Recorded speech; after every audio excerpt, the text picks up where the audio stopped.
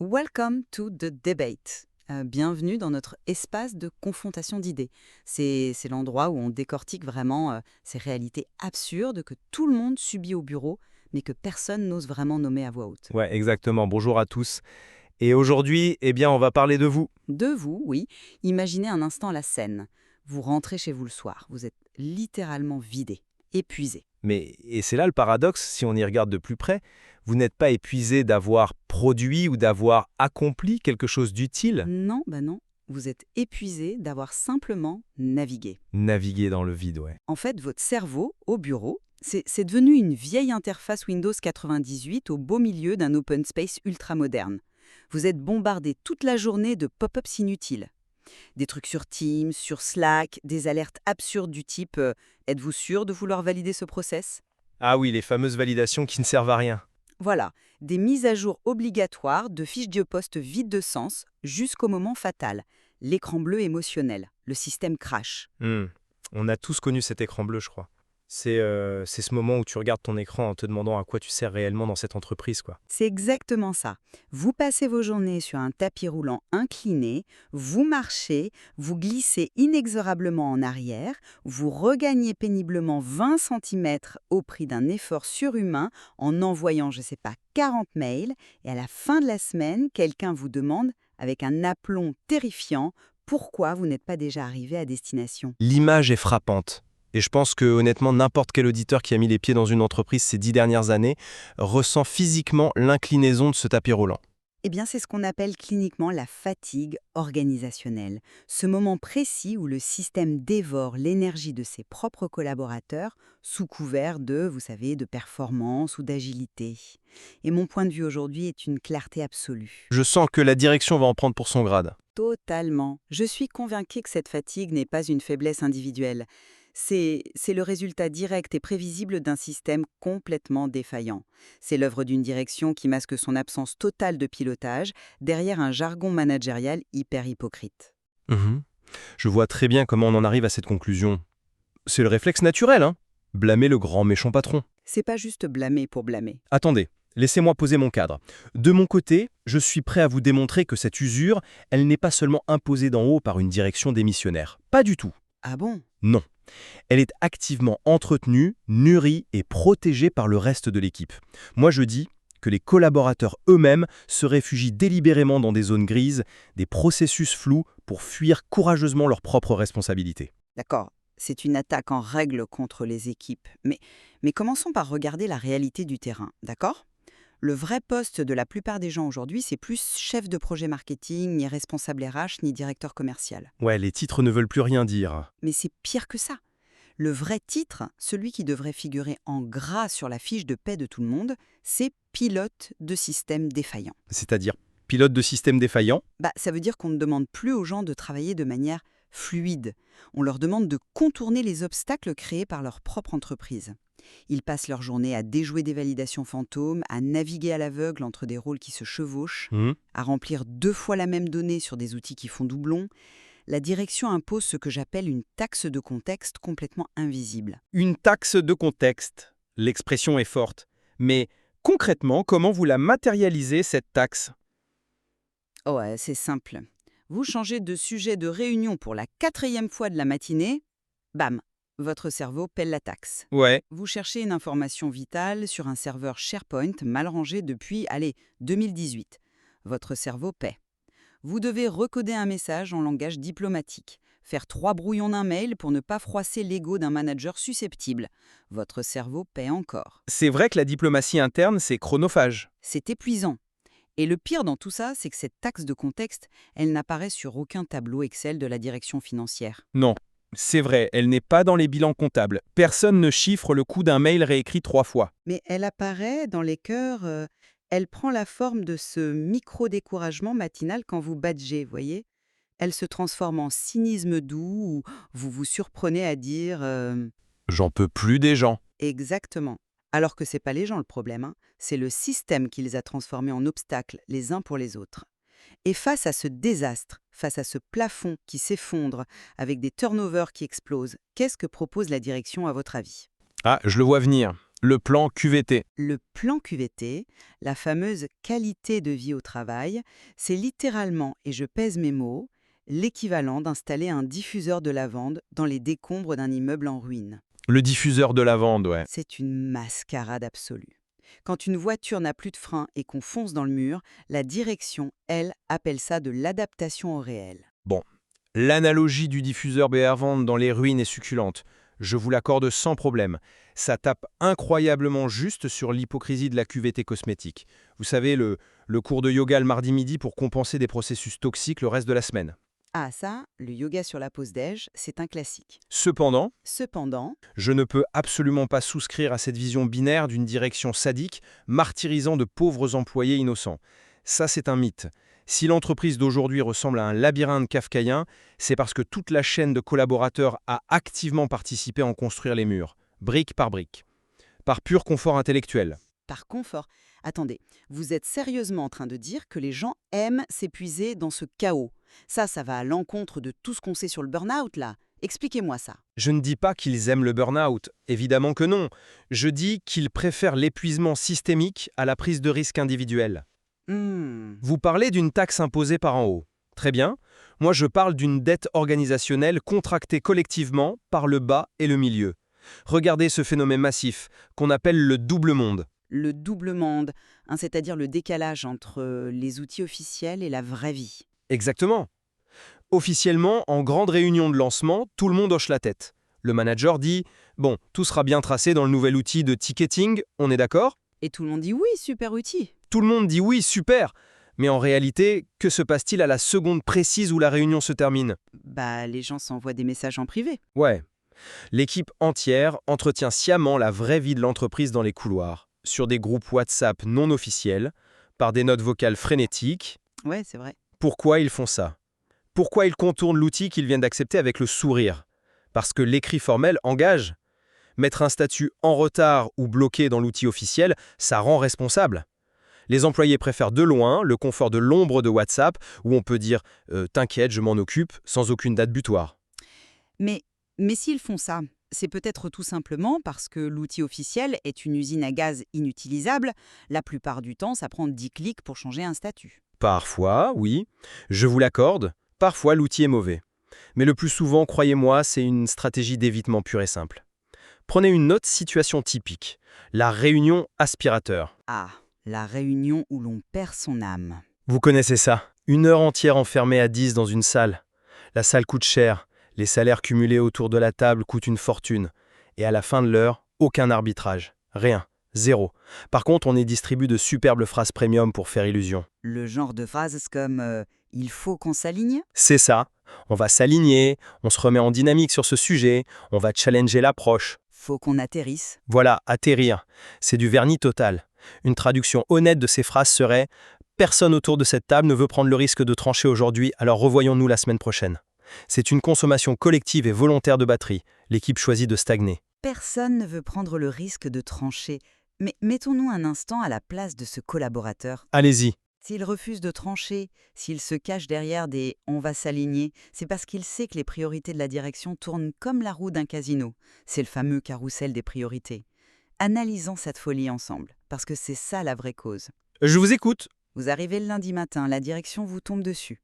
Ce dossier est urgent, c'est la priorité numéro 1 absolue, tout le monde sur le pont. Jusque-là, c'est la vie normale et trépidante d'une entreprise. Oui, mais le mardi, paf, revirement total de situation, un mail tombe. Changement de stratégie, finalement ce dossier c'est la priorité 3, on passe sur l'autre projet d'acquisition. Et le mercredi, on te demande pourquoi le travail du lundi n'est pas fini. Mais exactement, le mercredi, un manager complètement déconnecté vient te taper sur l'épaule, mais dis donc, pourquoi tu n'as pas avancé sur le dossier de le lundi ? C'est en schéma classique, ouais. Et c'est pas fini, hein. Le jeudi, tu as droit au grand discours inspirant du grand patron, le fameux town hall en plénière, où on te dit avec des slides magnifiques « Soyez agiles, soyez flexibles les amis, le marché change ». Et le vendredi, le couperet final. On a pris du retard sur le chiffre d'affaires, il faut vous engager davantage le week-end. Bon, je reconnais là un dysfonctionnement, je vous l'accorde. Mais vous vous rendez compte de la violence psychologique de cette injonction ? C'est le principe même du casino. C'est toujours la banque, le système qui gagne, et le joueur finit esseuré sur le trottoir. Ce n'est en rien de la flexibilité ou de l'agilité. C'est une absence pathologique de vision déguisée en courage managérial. Hmm. Quand un comité de direction est incapable de tenir un cap stratégique plus de 48 heures, comment vous osez reprocher au chef de projet de ne pas prendre de décisions franches en réunion?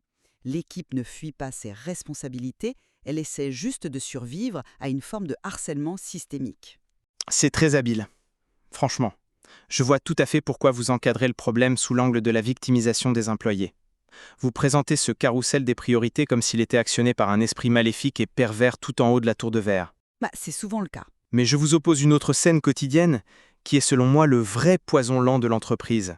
L'escalator de validation. L'escalator de validation? Ouais. Imaginez, vous produisez un livrable, un document technique, une maquette, peu importe. Le process dit que vous devez le faire valider par votre responsable. Disons X. Très bien, normal. Très bien. X regarde votre travail et vous dit « OK pour moi, mais met quand même Y dans la boucle, on ne sait jamais ». Ah, le fameux on ne sait jamais. Le parapluie.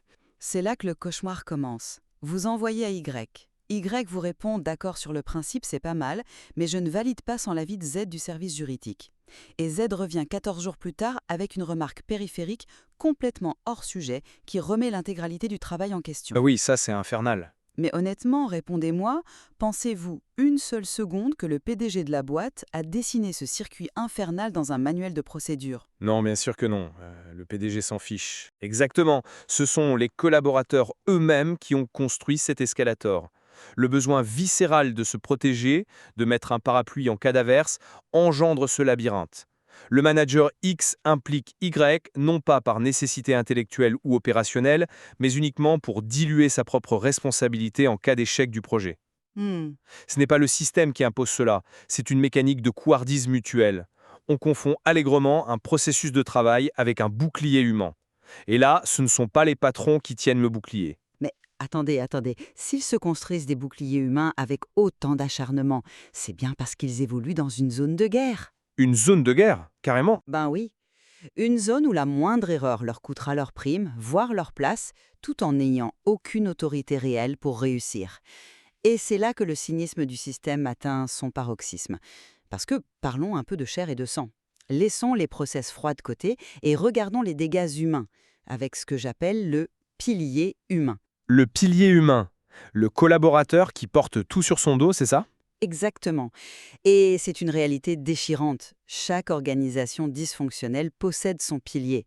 C'est toujours une personne spécifique, disons Michel de la compta ou Sarah de la tech. C'est ce collaborateur exceptionnel, souvent très discret, qui détient tout l'historique que l'entreprise a eu la flemme de documenter. Ouais, le gardien du temple. C'est la seule personne qui sait comment débloquer ce logiciel obsolète des années 2000.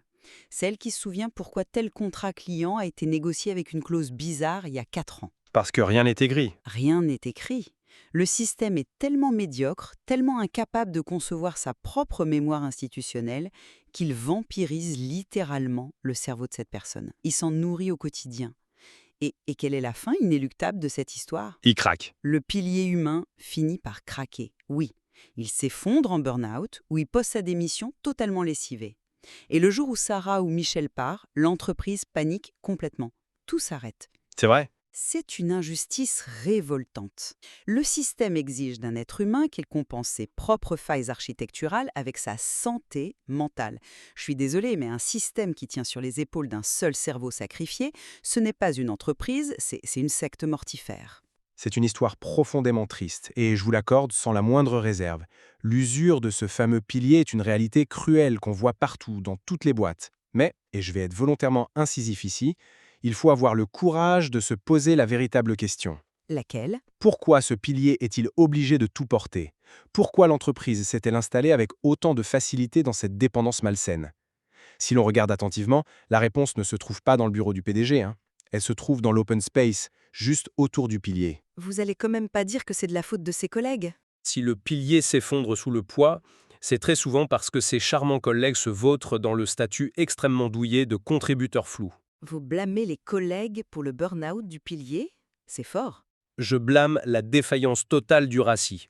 Le RACI, pour ceux qui ont la chance d'échapper au jargon d'entreprise, c'est cette matrice censée dire qui est responsable, qui approuve, qui est consulté, qui est informé. Oui, la base de la gestion de projet. Dans une entreprise saine, c'est clair. Dans nos entreprises fatiguées, tu as un pauvre responsable, le pilier, et 6 collègues en consulté qui se comportent soudainement comme s'ils avaient un droit de veto sans rien faire de concret.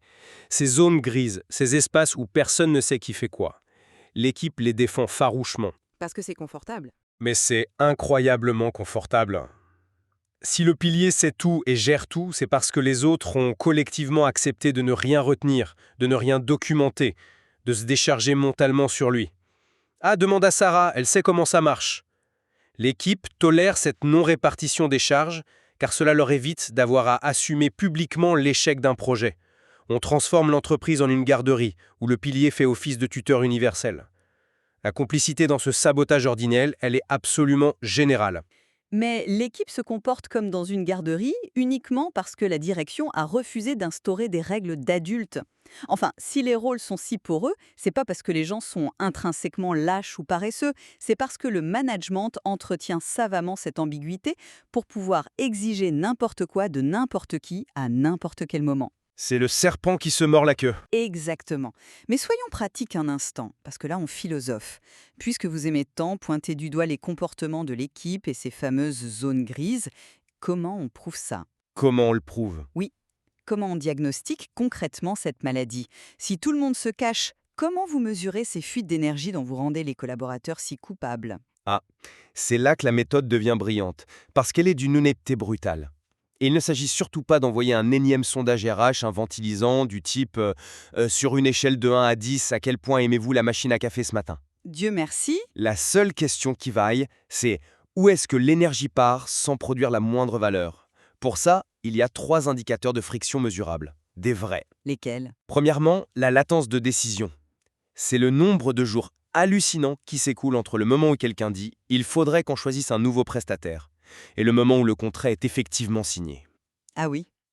Dans certaines boîtes, ça prend 8 mois. 8 mois d'aller-retour pour une décision mineure. Deuxièmement, le taux de rework, ou le taux de refonte. C'est quand on recommence le même travail. Voilà. Combien de fois une équipe doit-elle refaire une présentation PowerPoint parce que le brief initial du manager tenait sur un post-it avec écrit, je cite, « Faites-moi un truc waouh » ou parce que les critères de validation ont mystérieusement changé le jeudi à 18h. L'enfer. Et troisièmement, le plus révélateur selon moi, le bruit de coordination. Le bruit de coordination? C'est la fameuse taxe de contexte dont je parlais tout à l'heure, en fait. En version mesurable, oui. Si pour accomplir une action aussi banale qu'envoyer un document contractuel de 2 pages, il vous faut échanger 18 messages croisés sur Slack, Teams, WhatsApp et par mail, ce n'est plus du travail organisé. Votre système est devenu un sport de combat. C'est sûr. Et je maintiens que ceux qui s'infligent ces 18 messages sur ce ring, ce sont souvent les membres de l'équipe, entre eux, parce qu'ils refusent de se parler franchement ou de décrocher leur téléphone. Alors, permettez-moi juste de préciser que celui qui a forcé l'équipe à utiliser Slack, Teams et un vieil outil interne simultanément sans donner de manuel d'utilisation, c'est bien la direction des systèmes d'information, hein. Ah, c'est de bonne guerre, bien joué. Manière irréfutable que cette fatigue sale, cette usure liée au système, elle se mesure objectivement. Et il faut bien faire la différence. La différence entre quoi et quoi? La différence entre la bonne et la mauvaise fatigue. La fatigue du vrai travail, la fatigue propre, elle vous donne un retour. Vous avez codé un programme, vous avez monté un événement. Vous êtes fatigué à la fin, mais vous voyez l'œuvre s'accomplir. Vous êtes fier. Ouais, le sentiment du devoir accompli. Exactement. Alors que la fatigue sale, générée par votre fameux bruit de coordination de 18 messages, elle ne produit rien. Ça tourne à vide. C'est ce vide qui éteint l'humain. Alors la question à 1 million, comment on éteint ce vide? Comment on s'en sort? Eh bien, je ne veux pas que nous restions sur un constat désespérant, car il y a une méthode de libération. Quand une équipe a le courage de s'attaquer au design de son organisation, tout change. Prenons l'exemple de la méthode des 7 gestes. Qu'est-ce qui se passe quand on arrête de blablater et qu'on traite vraiment le problème de friction? D'abord, on prend une hache et on coupe 20% des rituels inutiles. Attendez. Sur le papier, couper 20% des réunions, c'est génial. Tout le monde applaudit des 2 mains.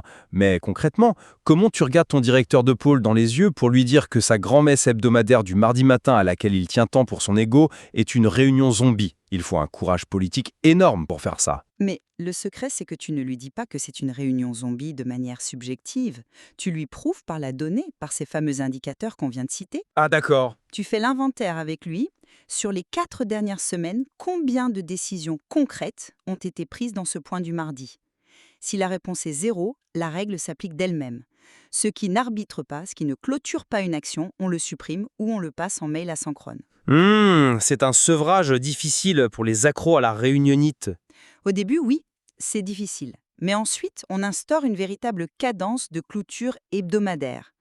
À la fin de la semaine, on se réunit une fois, rapidement, pour faire l'inventaire. Qu'est-ce qui est terminé, tracé, fermé et livré? Fini le cerveau humain qui ressemble à un navigateur web avec 63 onglets ouverts simultanément. On définit ce qu'est l'urgence réelle, on fixe des règles strictes sur qui tranche quoi. Et ça marche? Mais je vous assure, j'ai vu des équipes appliquer cela, la fatigue sale s'évapore littéralement en quelques semaines. C'est radical. Oui, comme dit Sophia, la consultante stratégique de Joker Impact, certaines cartes changent une partie, d'autres changent un destin. Appliquer ces gestes, c'est exactement ça. C'est rendre aux collaborateurs un destin professionnel digne de ce nom, au lieu de les laisser tourner en rond comme des hamsters dans une roue mal graissée. La citation est belle. Très juste. Et je vous rejoins sur la puissance chirurgicale de ces 7 gestes. La démarche est implacable. Mais, par honnêteté intellectuelle, regardons ce qu'implique réellement leur mise en œuvre pour le salarié de base. Prenez cette idée de nettoyer les rôles et de rendre le racis adulte dont on parlait. Oui, définir qui est vraiment responsable. Pour que ça fonctionne, pour que cette équipe puisse enfin se libérer de la fatigue sale, il a fallu qu'elle accepte, collectivement, de perdre ses précieuses béquilles. Pour réduire les canaux de communication et arrêter la chasse au trésor du brief caché, il faut que chaque collaborateur accepte de renoncer à ces petits canaux officieux sur WhatsApp. C'est vrai, ça demande une discipline. C'est pas juste une discipline, c'est un changement de paradigme. Pour que la règle de décision stricte soit respectée, il faut que l'équipe abandonne son vocabulaire d'esquive. Il faut qu'elle cesse de dire en réunion « on va challenger l'approche » pour oser dire « je valide » ou « je refuse » et voici pourquoi. C'est une question de clarté de la part de l'entreprise avant tout. C'est une question de courage comportemental à tous les étages. L'élimination de cette fatigue systémique exige l'abandon de notre complicité générale. On ne peut pas balayer la responsabilité de la base d'un simple revers de main en disant « le système est mal conçu ». Le système, c'est aussi nous. Mais on ne peut pas exiger cette clarté de la base si elle est constamment court-circuitée par une dette de priorité qui pleut d'en haut, où la direction hurle que tout est simultanément prioritaire. Reprenons notre métaphore du tapis roulant si vous voulez bien. Si le tapis est réglé par le comité de direction sur une vitesse délirante avec une inclinaison physiquement impossible, le collaborateur aura beau appliquer vos 7 gestes, il aura beau cesser de discuter dans les couloirs et nettoyer son racis, il finira quand même par glisser et s'épuiser. Et je l'entends, oui. La vérité incontournable, c'est celle-ci. Le système exige de vous d'être surintelligent, ultra adaptable pour compenser son propre manque d'organisation. Et le sommet absolu de l'indécence, c'est qu'ensuite, lors de votre entretien annuel, il vous reproche de manquer d'enthousiasme. Poser la question « comment remotiver nos équipes ?» c'est faire preuve d'une condescendance aveugle. Ouais, c'est prendre le problème à l'envers. La vraie question est « qu'est-ce que notre organisation fait porter à ces gens qui n'auraient jamais dû peser aussi lourd ?» Il faut rendre l'architecture digne de ceux qui la font tourner. C'est une formulation d'une grande acuité, et je vous accorde volontiers ce point. L'injonction hypocrite au bonheur au travail est très souvent le cache-misère d'une profonde incompétence managériale.